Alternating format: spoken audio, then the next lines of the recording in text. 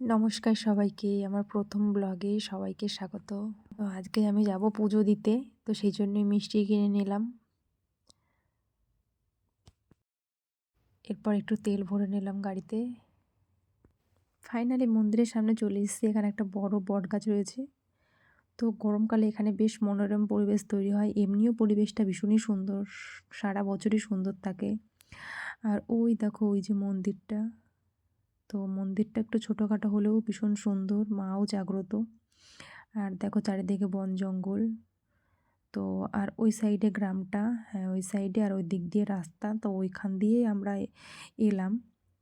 তো চারিদিকে দেখা একদম জঙ্গলের মতো, ঘন জঙ্গল মনে হচ্ছে, তবে ওই সাইডে মাঠ আছে। আর এই যে আমার সাথে এসছে দোলন রানী, আমার ভাসুরের মেয়ে।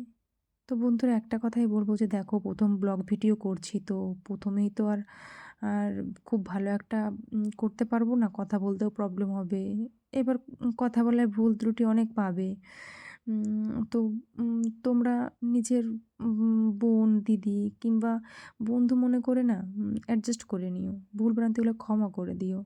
আর নেক্সট টাইম চেষ্টা করবো আরও অনেক অনেক অনেক ভালো ভিডিও দেওয়ার। শুধু তোমরা সাপোর্ট করো, পাশে থাকো, তাহলেই হবে। দেখো কোনো কিছু তো আর প্রথম থেকেই ভালো হয় না, আস্তে আস্তে হবে। তো তোমরাও সেরকম একটু নিজের মনে করেই পাশে থেকো, সাপোর্ট করো। এবার মন্দির থেকে আমি ওই বালতিটা নিয়ে নিলাম জল ভর্তি, কারণ ওই কলে জল তুলবো, ঠাকুরের থালা বাসনগুলো মেজে নেব, কারণ এর মধ্যে ঠাকুরের জন্য প্রসাদ দেব। এখানে লোকজন তেমন আসে না, তাই কলেও জল থাকে না। মানে একজন আছে, উনি উনি পুজো করেন। উনি ঠিক ব্রাহ্মণ নয়, এখানে কোনো ব্রাহ্মণ থাকে না, অন্যান্য মন্দিরে যেরকম থাকে এখানে থাকেন না, নিজেদেরই পুজো করতে হয়। তো উনি আসেন, উনি রোজ পুজো দিয়ে যান। তবে আজকে বোধহয় উনি আসেননি, তাই নিজেকেই পুরোটাই করতে হবে। যাই হোক, প্রত্যেকবারই সেটাই করি। আর এর মধ্যেই প্রসাদ দিয়ে দেবো মাকে, আর বাকিটা বাড়ির জন্য, আর রাস্তায় যাদের পাবো তাদেরকে দিয়ে দেবো। তবে স্কুটি নিয়ে এসেছি তো, তাই মনে হয় না রাস্তার লোক কেউ পাবে, সেই বাড়ির লোককেই খেতে হবে প্রসাদ। জীবনে প্রথম ব্লগ ভিডিও শুরু করেছি, জানি না কেমন কি হবে, কেমন কি পারবো, কতটা কি করতে পারবো কিছুই জানি না। তো তারপরেও করছি, শুরু করছি। আর আমার মনে হলো যে একটা মানে ভালো কাজ করব, শুভ কাজ করব, তো মায়ের পুজো দিয়েই শুরু করা যাক না কেন। সেই জন্য মায়ের পুজো দিলাম। আমি আগাগোড়াই মা কালী মায়ের ভীষণ বড় ভক্ত। ছোট থেকে আমি আমি লোবারমা কালী বলে একজন মা আছে বীরভূমে। তো ওনার ওখানেই পুজো হয়। আমাদের এখানে ওই মা নেইও, মানে মা কালী মায়ের পুজো হয়, তবে কালী মায়েরই আর এক রূপ লোবারমা। তো ওনার আমি ছোট থেকে, মানে ওনাকে দেখিনি কখনো, শুধু শুনেছি যে উনি জাগ্রত, এরকম এনার এদের ভালো করেছে, তার ভালো করেছে, একে সুস্থ করেছে, ওকে সুস্থ করেছে, মানে এরকম, মানে শুনেই আমি ওনার ভীষণ বড় ভক্ত ছিলাম। এখনও ছিলাম নয়, এখনও আছি, আর সারা জীবন থাকবো। তো সেই জন্যই যখনই আমি কোনো বিপদে পড়ি না কেন, সময় অসময়ে ভালো থাকি খারাপ থাকি, সবসময় মাকে আমি সবসময় ডাকি, সবসময় ওনার ভক্তি করি, পুজো করি। তো যখন আমার বিয়ে হয়নি তখন তো মানে পুজো দেওয়ার কোনো সমস্যা ছিল না। তবে এখন আমার যেই বাড়িতে বিয়ে হয়েছে, তো সেখানে ওনারা মানে কৃষ্ণ ঠাকুরের ভক্ত। তো কথিত আছে বা অনেকে বলে যে নাকি, কথিত ঠিক নেই, তবে অনেকে বলে, হয়তো ভুল ধারণা সেটা, যে কৃষ্ণ আর কালী নাকি একসাথে রাখতে নেই কৃষ্ণ কালীকে। তো এটা অনেকে বলে, কিন্তু এবার যখন কালী পুজো হলো, আমি তো কালী পুজো করি, তো তখন দেখলাম যে কৃষ্ণ কালী মানে দুজনের একসাথে পুজো হচ্ছে। মানে কালীমা তো আছেই, সেখানে কৃষ্ণ ঠাকুরের একটা ফটো রেখে ব্রাহ্মণ ঠাকুরদেরকে পুজো করছে। তো তখন আমার মনে হলো যে তাহলে এখানে যদি পুজো করতে পারে, তাহলে আমার ওখানে বাড়িতে পুজো করতে পারে, আমার শ্বশুরবাড়িতে পুজো করতে কী প্রবলেম। তো সেই জন্য আমি ভেবেছি যে এবার আমি মায়ের ওই লোবার মায়ের ছবি নিয়ে এসে বাঁধিয়ে মানে রাখবো ঘরে, যা হবে হবে। তো আমার এটাই মনে হয় যে ঠাকুর তো সবাই, তাহলে পুজো কেন করতে পারবো না? কী এমন অসুবিধা? তারা কি শত্রু নাকি? সবাই তো ঠাকুর। আমরা যেমন মানুষ, একটা মানুষ আরেকটা মানুষকে সম্মান করি, ঠাকুররাও হয়তো সেরকম। সবাই সবাইকে সম্মান করে। সবাইকে পুজো দেওয়ারই রাইট আছে। তো আমি কেনই বা দেবো না? পাশাপাশি থাকলে কী বা হবে?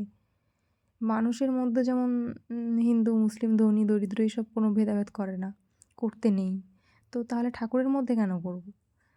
তো সেই জন্যই আমি ভেবেছি যে এরপর আমি নিয়ে আসবো মায়ের ছবি নিয়ে এসে আমার ঘরে রাখবো, মানে আমাদের ঘরে আমি পুজো করব। তো যাই হোক, কথা বলতে বলতে তো আমার অনেকটাই হয়ে গেল। ধূপ ফুল সব দিয়ে দিলাম, তার মধ্যে দেখলাম দুজন এলো পুজো দিতে। তো এরপর আমিও পুজো শুরু করে দেবো। মোটামুটি ধূপ দেওয়া ফুল দেওয়া হয়ে গেল, মাকে একটু সিঁদুর দিয়ে দেবো।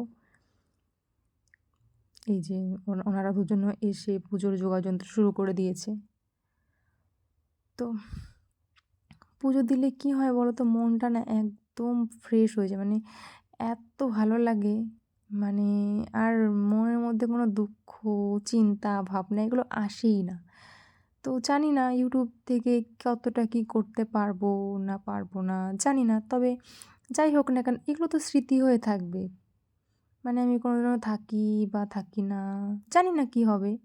মানুষ তো সব দিন থাকে না পৃথিবীতে, তাই না? তবে এই ভিডিওগুলো তো থেকে যাবে। তো যাই হোক, ভালো লাগে বিষয়গুলো, যা হবে হবে, পরের কথা পরেই না হয় ভাবা যাবে।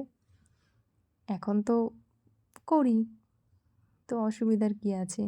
অনেকে হয়তো অনেক মন্তব্য করবে, যেহেতু আমাদের গ্রামে বাড়ি, তো বিয়ে হয়েছে সবে নতুন, এখনও 1 বছরও হয়নি। তো হয়তো বলবে যে এরকম বাড়ির বউ হয়ে ভিডিও করছেন। তো জানি না কী হবে কি না হবে জানি না, তবে মায়ের আশীর্বাদ নিয়ে সবটা শুরু করছি।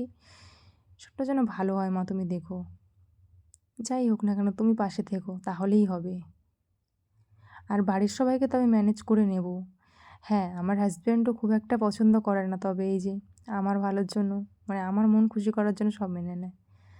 মাকে আমি বলছিলাম, মা তুমি পাশে থেকো অন্তত, আর কেউ থাকুক বা না থাকুক, তুমি যদি পাশে থাকো না সবটা ঠিক হবে। আমি সবাইকে সবাইকে রাজি করিয়ে নেবো, সব ঠিক হয়ে যাবে, শুধু তুমি আমার পাশ থেকে চলে যেও না, তুমি আমার সাথে থেকো, পাশে থেকো। আর এই ঘন্টাটা প্রথমে তো এসে আমি বাজাতে ভুলে গেছি, তাই লাস্টে আমি বাজিয়ে দিলাম একটু। ভালো লাগে, মনে হয় যে না পুজো দিতেই এসেছি মন্দিরে। তো এই যে আমি পুজো টুজো দেওয়া হয়ে গেল, সব কিছু ব্যাগের মধ্যে নিয়ে বেরিয়ে হচ্ছে গেলাম। লক্ষ্মীমন্ত্র ক্যামেরাম্যান। যখন যেখানে যা বলি, যেরকমভাবে ধরতে বলে যা যেইটুকু পারে ও করে দেয়। তো এইটুকু বাচ্চা মেয়ে যেটুকু করে সেটাই অনেক। থ্যাংক ইউ সো মাচ দোলন রানী।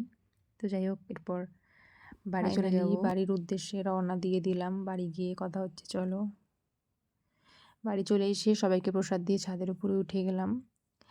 তো বন্ধুরা, জানি আমার ভিডিওটা তেমন খুব বেশি আমি অ্যাট্রাকটিভ করতে পারিনি, চেষ্টা করব নেক্সট টাইম আরও অনেক ভালো করার। দেখো প্রথম প্রথম ব্লগ ভিডিও করতে তো সবারই ভয় লাগে, আমারও লাগছিল, সেই জন্য আমি ক্যামেরার সামনে এসে কথা বলতে পারিনি, ভয়েস ওভার দিয়েছি। তো নেক্সট টাইম আরও ভালো করার চেষ্টা করব, ক্যামেরার সামনে এসে কথা বলার চেষ্টা করব। তোমরা শুধু সাথে দেখো, পাশে থেকেও সাপোর্ট করো, লাইক কমেন্ট শেয়ার করো, আমার চ্যানেলটা সাবস্ক্রাইব করো।